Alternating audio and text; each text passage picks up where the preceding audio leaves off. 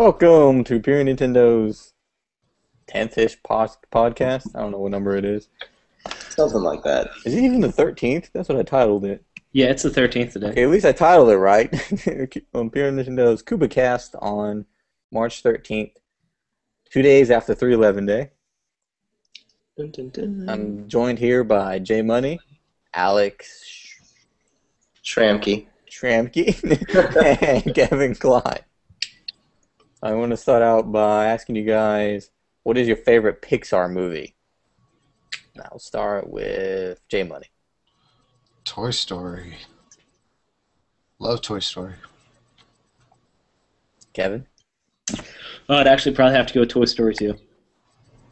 Wait, 2 or 2? Toy Story also. Okay. Alex? Yeah, I'm gonna be different. I'm gonna say Up. It was a tie between Wall-E and Up, but Oh, Wall-E's a good one too. I think the first 5 minutes of Up made me love the whole movie. It was such a good story, and then you didn't have to say anything. Mm-hmm. It was just, I don't know, it's just an amazing breakthrough in storytelling. That I got that emotionally invested in the characters in 5 minutes. That's true. So that makes it my favorite one. Mine is possibly Up, but I really love Monsters, Inc. That's a good one too. That's the one a lot of people don't give enough credit, I think. I really like Monsters Inc. too. Yeah, that was a good movie. Hopefully the second one will be good. Hopefully. I believe. So some of the big news from the last 2 weeks. So you guys supposed to help me out. Oh. Well, just today, Nintendo was found liable in the 3D patent infringement lawsuit that they were involved in. I heard you talking about that earlier. It's somewhat old in a sense that started a while ago. But is it finally... It just came out this afternoon. I mean, the lawsuit's been going on for a while. He filed it a while ago. He won $30.2 million in damages. Oh my goodness. Set for life. Yep. That was the 3D technology for the 3DS, right? Yes, sir. I didn't read about that. That's interesting. Although it is pretty bad, it's still not terrible, for a company like Nintendo. Yeah. I'm curious if that was more just to get it over with, or is it... I don't know. Did they settle, or did he win in court? They were... This was in court, so I don't think this was a settlement. Yeah, it looks like the jury found Nintendo. Yeah, the jury awarded. Wow. Yeah, Nintendo's got vast vaults of monies that they store away. They don't even care. Yeah. It's pocket change. Mm-hmm. But The topic I do want to talk about that just came to me. Everyone out in Koopa Kast land, it's been a long week. I just got home 15 minutes ago myself, 20 minutes ago. Anyways, but over the weekend, and I think J Money saw it because he commented on it. And it was started by, I don't really want to talk about him, we talk about him a lot, but Renegade Kid, because his new game came out Thursday, ATV Wild Ride 3D, which you can check out a review on purenintendo.com. And one website that I won't name, because I wanted to bring in other websites, gave it a 5 out of 10. And then the whole discussion started of, is that really bad? It's not good, but is it absolutely means it's a horrible game? And then the discussion went further, saying that is 7's bad, 6 bad. If you think about it, 7's like a C, it's a passing grade. It works in high school. It worked in college. Why exactly? Why is 7's not necessarily mean it's a bad game? It just means there's a few flaws. But when people see a 7 or even a 6 or a 5, they think the game's just trash. Ain't going to need to play it. What is your guys' opinions on that? I don't know. When I rate games, I usually think of anywhere between the 5 and 6 range means the game's kind of eh. Anything below that, it's not really worth taking a look at.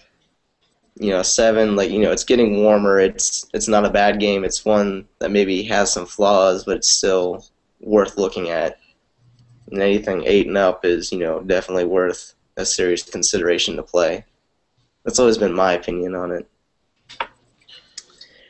Yeah, I think 5, to me, 5 is on the lowest end of good. There could still be good games that are 5s and then still have a lot of flaws. Just like the site Rotten Tomatoes that rates movies, 65% is considered, a good movie or fresh. And it's a shame you see those games that get 6 and 7s, everyone just writes it off, oh, that game's terrible, how dare they, like that infamous Legend of Zelda, it's like, let's burn that guy's house down, but it's like... it's hard sometimes when everyone gives 10s around because that should be like the greatest game of the year almost. But I think everything is skewed too high or too low. Hey, here's my question with, like, say, how would you review, let's say, another Zelda game? Like, would you review it on a game alone, or would you stack it up against other Zelda games? Like, if you gave Twilight Princess a 9, and you give, let's say, Ocarina of Time, obviously a 10, and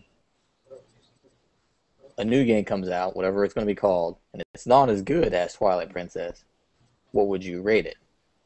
Even though it was the best game of the year. I was going to say, Skyward Sword. There's nothing wrong with the game. It wasn't as good as Twilight Princess. If that makes sense.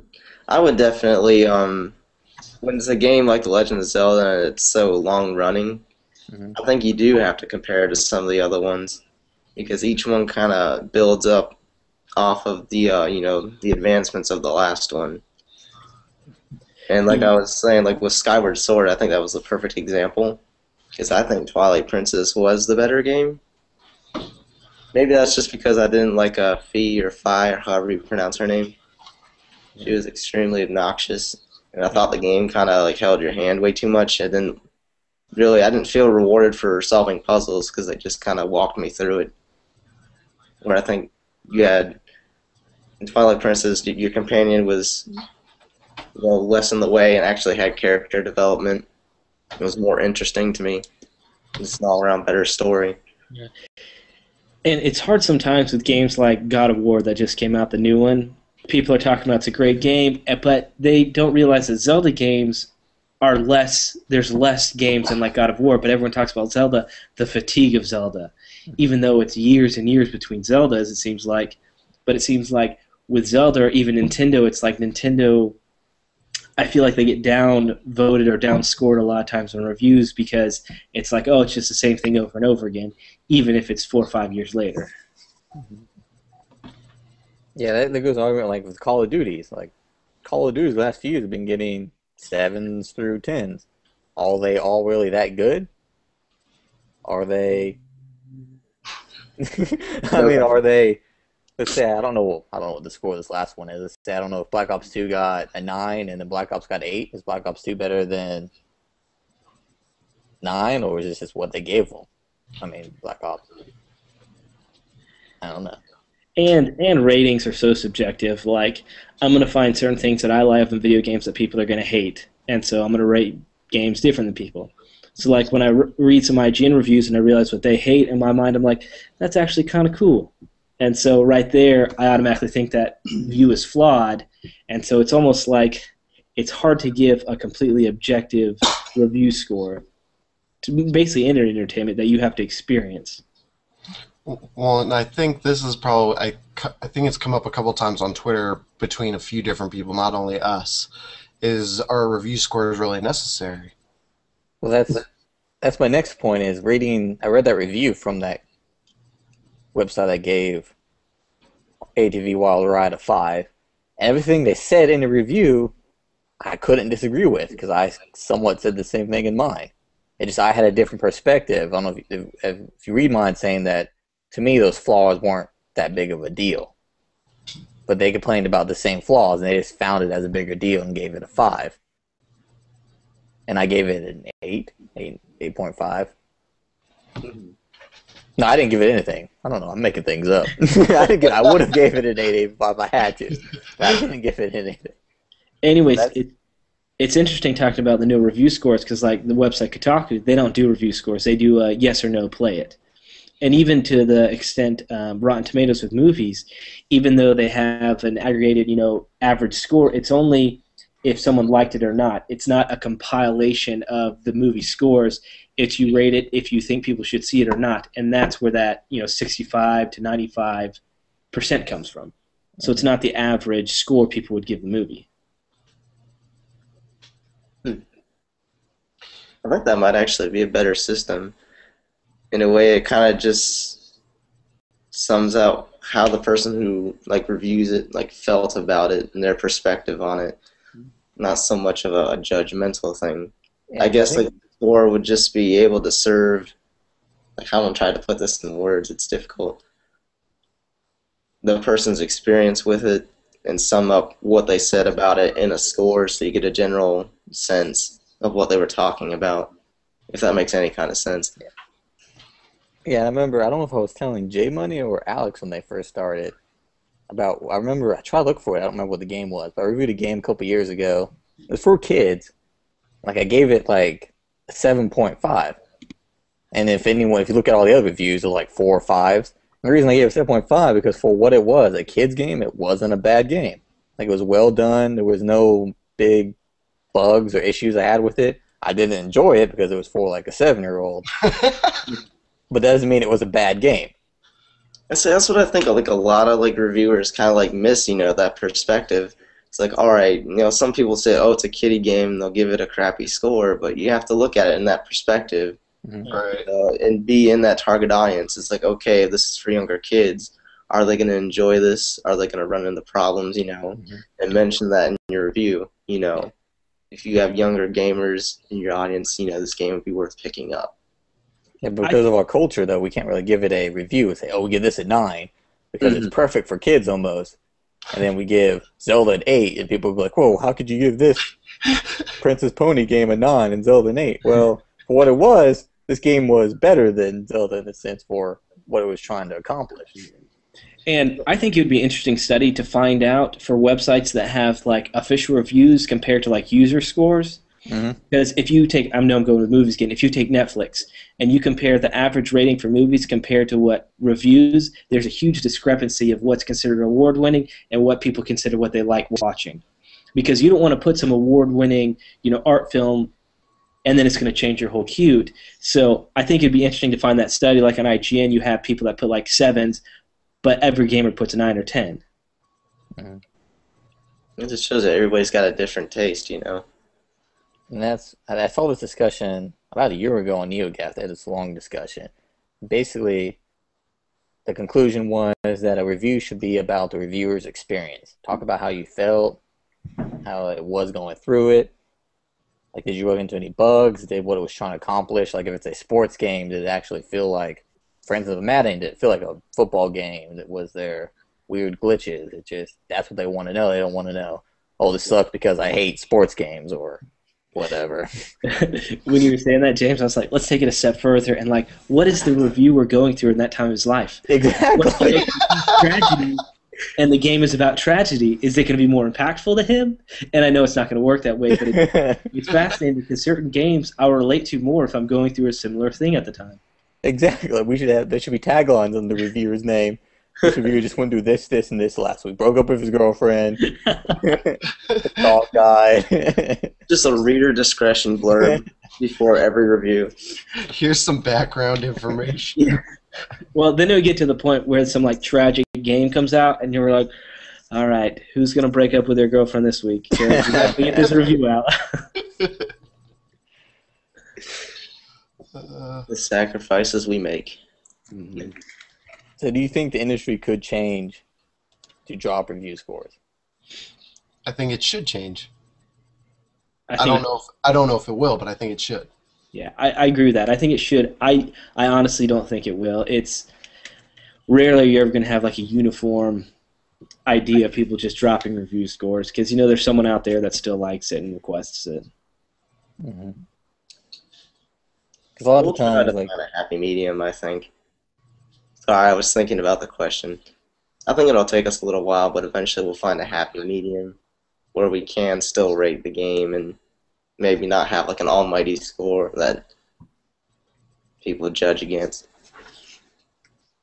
Well, if they were gonna have, if they people want a rating system, could we categorize it? Be like, this gets a 10 on the kid scale. This gets a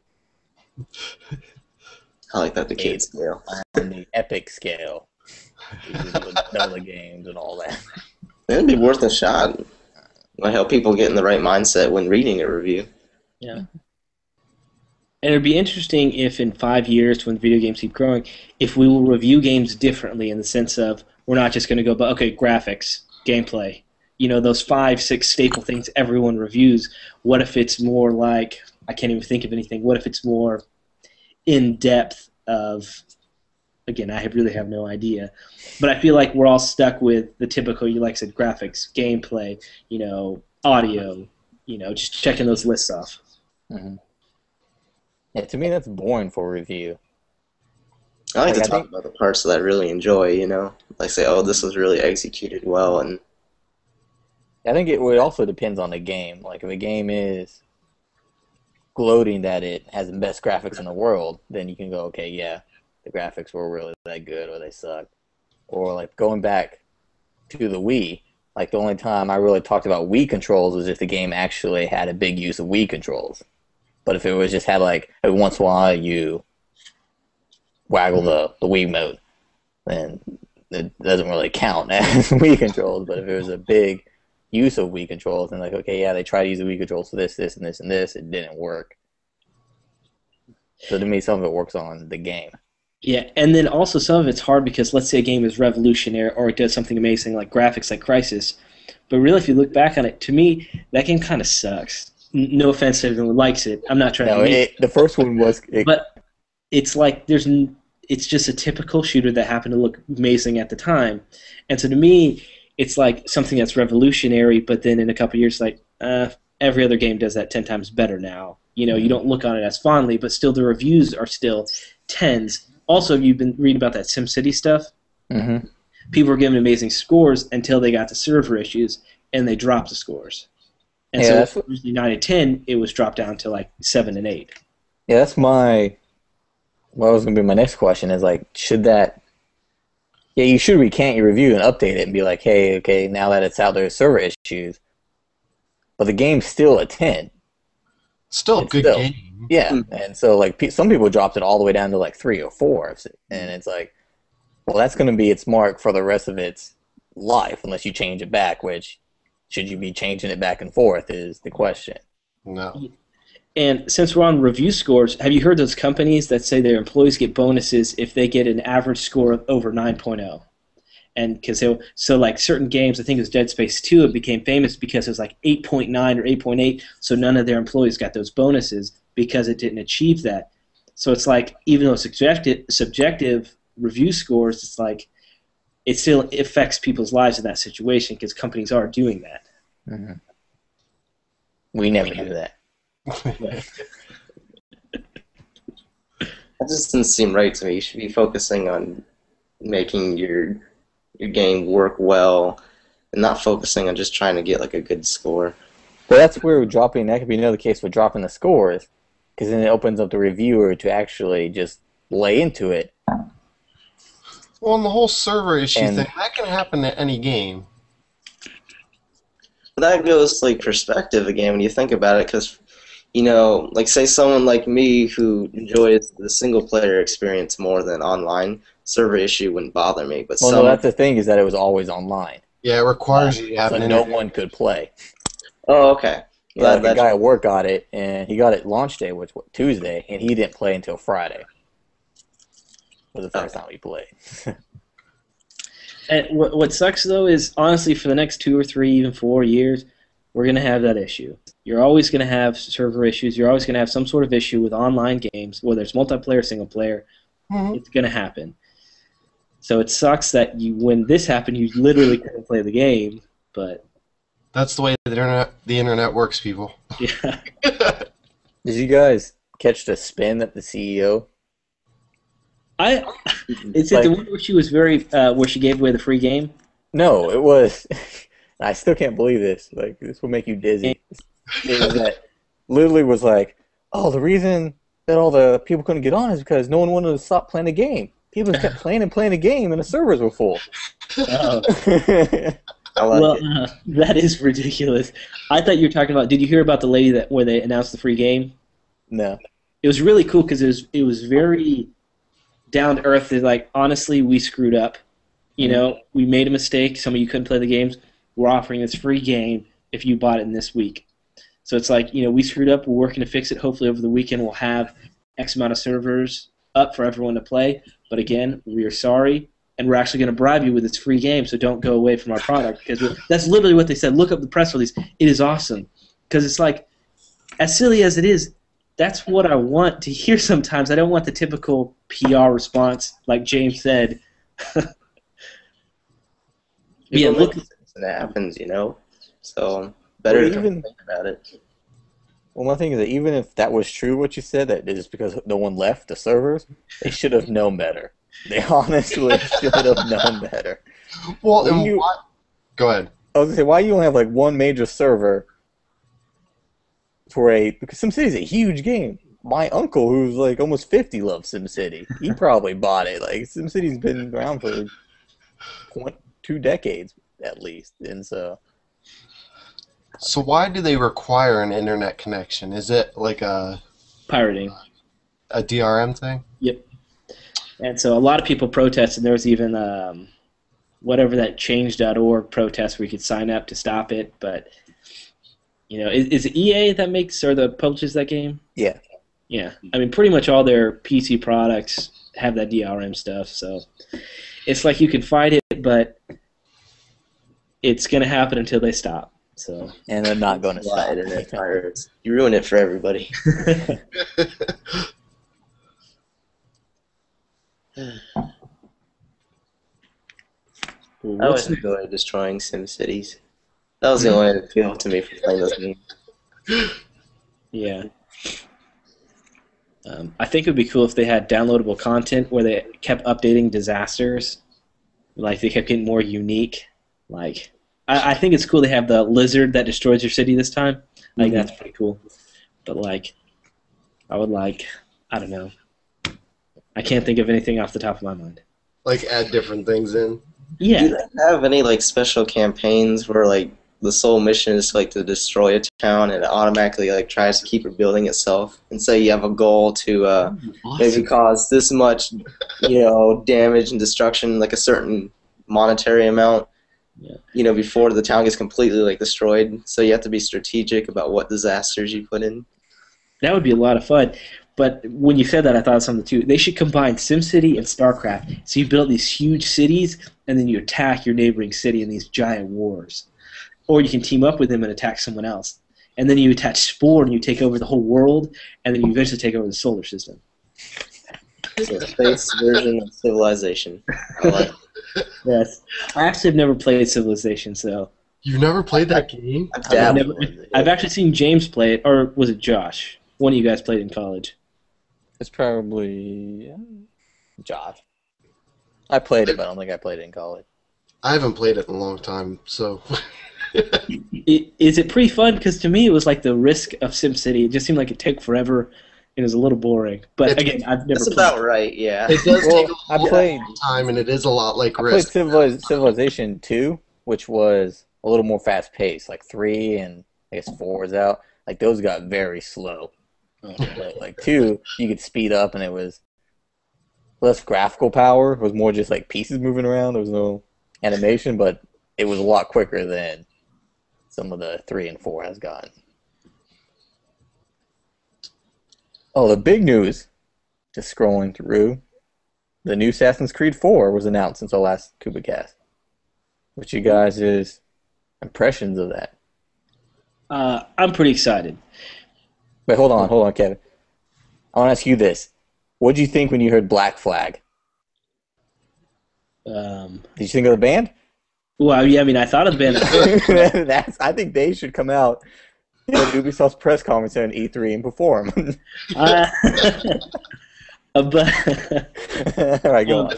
No, I'm really excited because I love the part. The best part of 3 was, but I feel like to go ahead and throw this as Assassin's Creed 4, it seems a little premature just to have a huge number a year after that.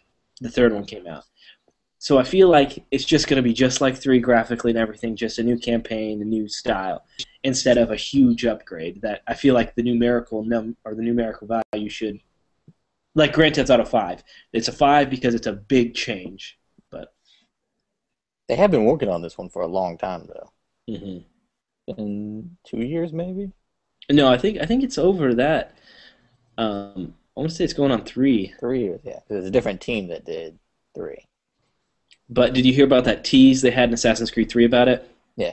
Like, I've had this conversation before. I don't know if I had Kevin, but I don't know if I had Justin, is that, I think I did have Justin, is that it seems like, because the whole nautical sea theme in Assassin's Creed 3 was almost kind of an afterthought.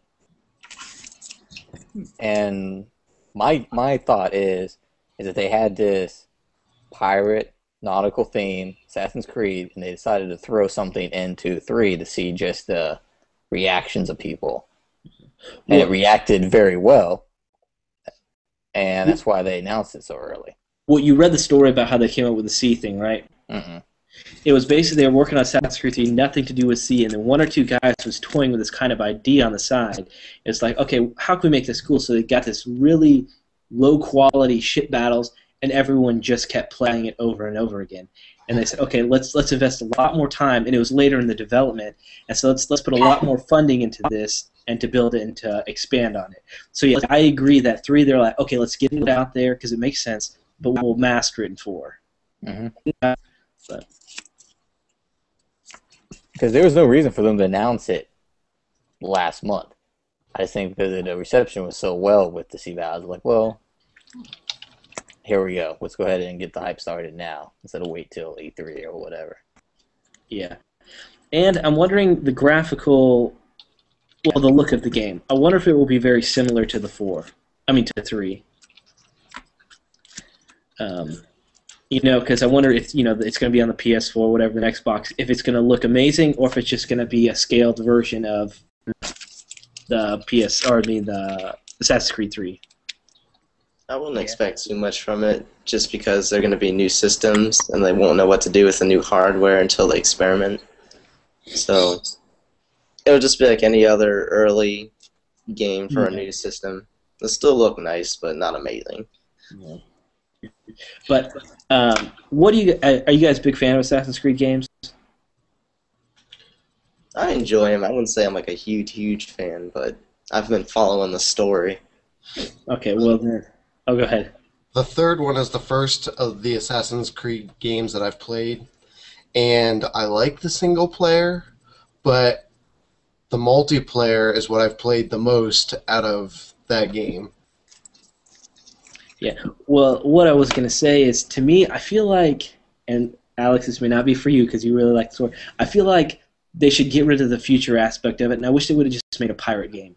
Maybe not even Assassin's Creed, like a full-blown pirate game.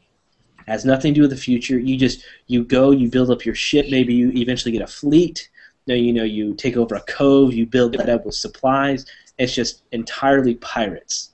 Did you see that video that I posted about there was the developers of Assassin's Creed 4 and talking about the inspirations for Assassin's Creed 4. And they mentioned Wind Waker from the sea element, but he really mentioned like Red Dead. He's like, Rockstar did a great job making a cowboy game. We wanted to make an authentic pirate game, and that's what we did. Then why did they just make a pirate game? Yeah, I know. Well, yeah. On top of that, Alex, what do you think about what they're doing with the future? Have you heard about that? How you are the player? It's not a specific character. It's just a generic person you're going through this story as an employee. I haven't heard about that, actually, so I couldn't honestly tell you. So I haven't basically, been following too closely because I'm still working on 3. Yeah. Well, then never mind. I'm sorry, I didn't mean to let you down. No, I said never mind because I didn't mean to reveal too much. No, well, it actually doesn't reveal anything. But basically, you're going to be playing as a new employee to a company, and you name yourself. You can be yourself, and it's just this generic person that goes through these, event. Cool. Just kind of create your own, put yourself into that position. Yeah. Okay. So I don't know if there's going to be like dynamic choices or what it's going to be, but they say you are the future person. It's about you. So. Just as long as like a conversation doesn't take like a half hour, like Mass Effect. Like, oh God, what choice do I make? What is this going to affect the ending? Exactly. It's like, wait a minute, what am I agreeing to? Yeah. Also, completely separate thought. What do you guys think about the new Square Enix game they talked about they're announcing? The one that's being ported by Straight Right? I don't know. Justin was telling me everyone thinks it's Deus Ex. Oh yeah, Right. well it's supposed to be they're bringing it to PAX. PAX East, yeah. Yeah, PAX. So I actually enjoyed that game. I never finished it because I was playing on live stream. I very much enjoyed that game. Well, and somebody was talking about it on Twitter today, and like somebody just asked, how would they feel if the Square Enix game was Deus Ex, or however you say it? I'm sorry. And a lot of people are opposed to it. I mean, is the game good? It is. It's just a little old, I guess you can say. Okay. It's been out for like 2 years. 2 Going on. years, so it's nothing like new or groundbreaking for the Wii U. It's Yeah. another port. And that's One to port over. Yeah. And it's always hard on Nintendo systems if they're porting a game that's later in a franchise. And I know this is like, I don't know if it's reboot, I don't know if it's like separate, but it's always hard like Mass Effect. It's like, oh cool, we got the new one. Can we play the other two? It's like, but I mean, I guess we should be happy for whatever we get. It's a step in the right direction. They're working towards getting us more. Mm-hmm. I'm usually happy with playing games, whether they're later on in the series or not. Am I bummed that I can't play the previous games? Yes. Don't get me wrong. But a new game to me is a new game. Yeah. I agree, especially if you're someone like me and you're always behind on the curve. I'm just now playing Kid Icarus Uprising. I told you how behind I get. I don't even have that game. Yeah, I'm borrowing it from my little brother, so Well, how do you like it? I love that game. it's a lot of fun. I do wish that there was a way to make a different control scheme where I didn't have to use the touchscreen to aim. Mostly because I have smaller hands and it's kind of difficult with my 3DS XL. Well, I got scared because I saw all these things on YouTube where people get really intense and they'll start scratching their screen because, they just get so into it. So I, lightly touch it. I'm like, I'm just going to die. I'll start over. Screen protectors. Screen protectors. Yeah. So- Are the controls really that awkward for that game? Well, for me it is. I mean, you're controlling your character and you're firing with one hand, and then so that's basically what you're doing to hold on to the 3DS, and then your right hand. Well, for me, anyways, because I'm right-handed, you're using the touch screen to aim, and Oh my I guess god. on ground battle you can dash with it or control the camera. You know it's awkward when the user manual says, use the stand we provided for you. Yeah. So you literally set it on the stand so you don't have to hold it, so it's easier. It's See, to me, that was the killer part. Like, the game is fantastic, but I can be a lazy man, and I just got tired of playing it after a while. I'm just like, screw it, I'll play something else. And so That would have been nice if they used the circle pad for I guess camera movement, and you could have used the A, B, Y, and X for strafing and everything, just like an old school shooter, or R for fire. It would have been. I wish there would have been an option for that because I would have been way more comfortable doing that. I can see it's still working. And I can't remember, was Kid Icarus Uprising before or after the Circle Pad Pro? Or I believe.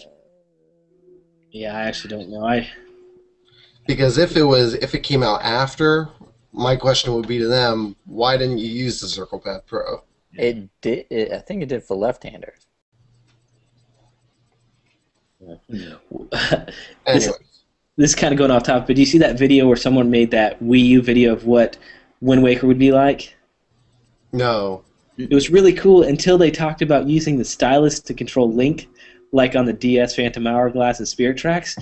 I was like, absolutely not. Why would you even suggest that? I'm afraid Nintendo saw that and like, that's a good idea. Let's do a mandatory control scheme. That's dangerous. Don't play with fire like that. I mean, the DS games were fun, stand. but there were a lot of points, especially in like the final boss of those games, where it'd be really frustrating to control or get. Oh yeah, because there's no precision sometimes with the stylus. It's kind of you're just all over the place and you're guessing a lot of time. Where with the joysticks you have that control. Mm-hmm. But anyways, I didn't mean to get off topic. I was having flashbacks to the Phantom Hourglass final boss battle. And, ugh. Don't want that, Nintendo. Don't do it. Let's hope for the new Zelda for 3DS. It is fully 3D, like Ocarina of Time, and not stylus. Mm-hmm. It was the Circle Pad Pro came out a month before. Oh, okay. Came out in February. Kid Icarus came out in March. Still a fun game, and I'm enjoying it. Just hurts my hands a bit. And this is going to sound terrible, but I only skimmed over. What's the announcements of the Pokemon NFC announcement?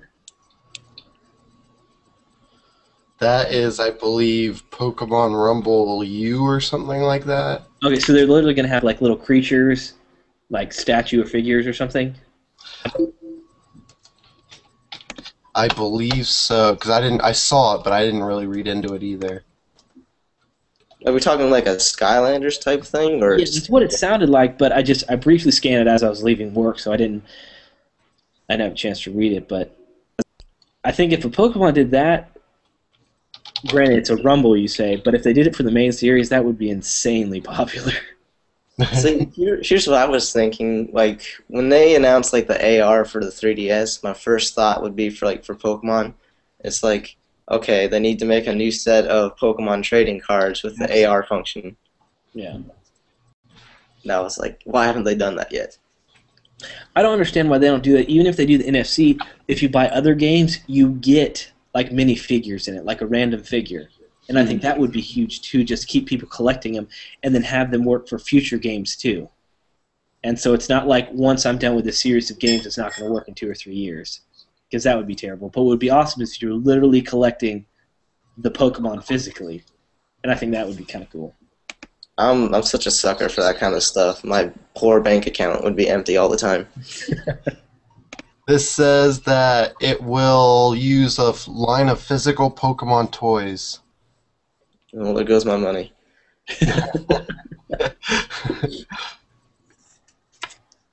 And I don't know that they've announced anything outside of Japan yet.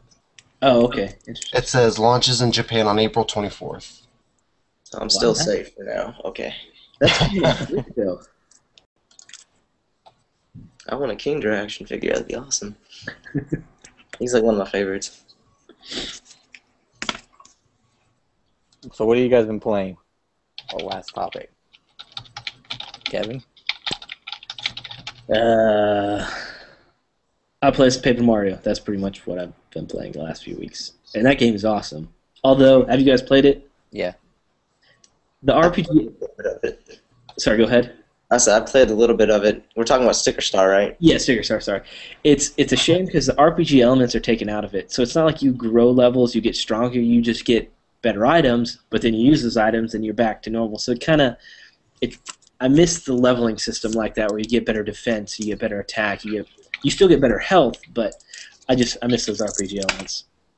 That's kind of what turned me off from it, because I played through like the first world or whatever, first couple of worlds, and I'm thinking, well, if I'm not gaining any levels and I'm just using these stickers up in battles, what's the point of doing the battles? Yeah. You know, why don't I just save my stickers for whatever big boss I have to fight? And then I just found myself running from every battle.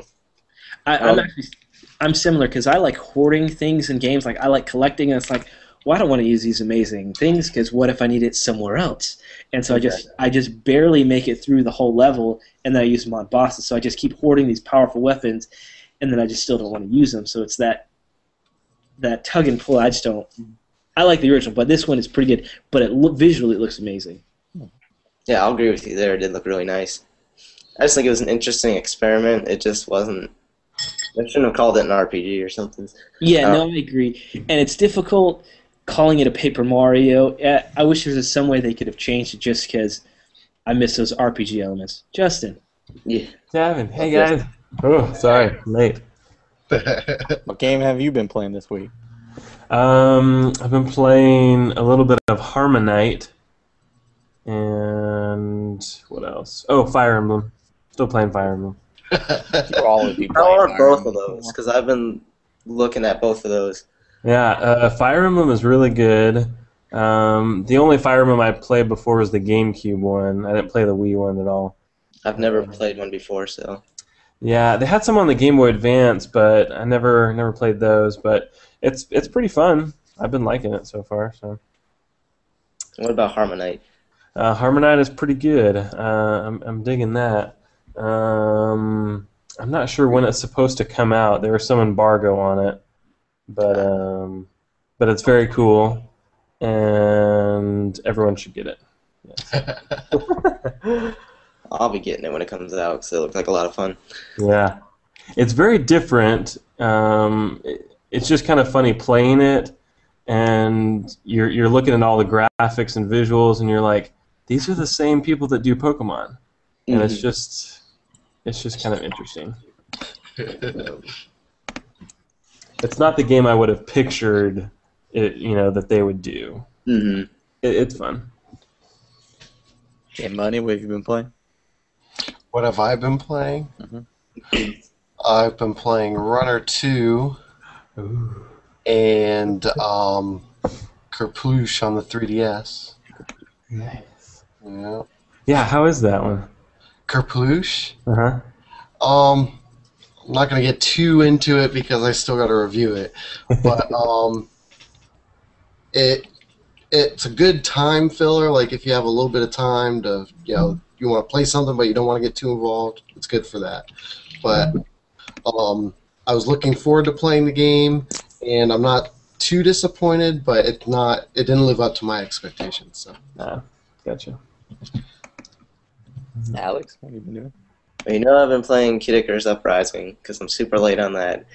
I guess Escape Vector 2. I've been playing that one, and because I'm a trader, I'm playing Ni no Kuni on the PS3. Don't worry, I've been playing Madden on the 360. I'm loving that one. Yeah.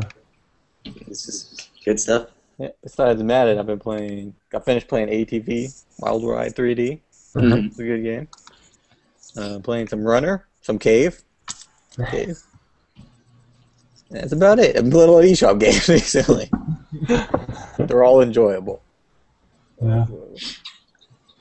Real quick, going back to what we talked about a while ago, we talked about that Square Enix game. Mhm. Justin, Yeah. Uh-huh. I know everyone says Deus Ex, but what I really wish it would be is the Kingdom Hearts Final Mix HD. That'd be awesome. That would be I cool. would absolutely love that. Man, the touchscreen, you have that whole inventory, like building your ships, your gummy ships. That'd be so awesome with the touchscreen. Uh-huh. Anyways, I know it won't happen, but Is that the same thing as 1.5? Yeah. Okay. so it has an HD version of the first game and all the cutscenes from the handheld games remastered. So you can't actually play the games like the Vita, the Birth by Sleep or something? yeah, you can't play that. And there's another handheld game. So I wish they would have went ahead and put 2 in there, and then had a full HD collection. But they're gonna milk it. Yeah. Of course. Yeah. Yeah, so what do you guys think that Square Enix game is? Hopefully it's something I can't think of. Or it's something totally new. Yeah. Like Just Cause 3. Oh, don't even tease about that. I'm so excited for that game. Yeah. What else is Square Enix? You remember that list that was on NeoGAF where I had like Final Fantasy 3 on the list or something? Mhm. And they announced like it had a Donkey Kong, and that came true, and like a bunch of stuff has come true. So Right. yeah, like Metroid's the only one that. Well, I guess some people say Super Metroid on the VC, but yeah, like it predicted the Yoshi game, the Yoshi Land, and but yeah, be interesting. Which Final Fantasy 3 are we talking about? Yeah, the 'cause Final Fantasy 3? Isn't it 6 in America? Well, they got a whole confusing. I don't think we got Final Fantasy 3, the real one, for a while. That one was Japan only. Right. Because like our Final Fantasy 2 was actually Final Fantasy 4. And Final Fantasy 3 was Final Fantasy 6 here Yeah. in Japan. What about the Final Fantasy 3 on the DS that they remade? that one? That was the actual. That was the first time it came over, right? Yeah. Okay. It's so confusing with the Final Fantasies, those early ones. yeah. Yeah. I know it won't be, but what if it was the Crystal Chronicles? Ah, that could be interesting. That's You know, I wanted to play those when they came out for the GameCube, and I never got the chance to because it looked like a lot of pretty fun. I enjoyed it. That is literally Crystal Bearers was pretty good. that is the only Final Fantasy games I've ever played. I've never played the original series. I've never played anything other than that. Tisk. Yeah. Yeah, it's sad. I know. Go play Final Fantasy 3/6, whatever you want to call it. It's the best one, hands down. Better than 7. Oh. All the real fans, they know that. I must not be a real fan because I enjoyed 7. Thanks for when I finished, though. 6. Kefka was way better of a villain than Sephiroth. I'm sorry. Mhm. See, I feel like if I jumped in the series, there was just too much to even deal with. It's a lot. Kevin's like, why should I be excited for this character? It's kind of misleading because each one is kind of like its own separate contained story. Plus, you get like don't go to X2, leave that one alone. And like the 13-2 and stuff that they got going. Those are the only ones that continue a story, but each one's its own kind of separate character, separate story type deal. Right. You can pick any one and play it. I guess we should wrap it up. We're getting a little long, and people complain of us being long. So, thanks for joining us. We'll see you guys in 2 weeks from now. Sounds good.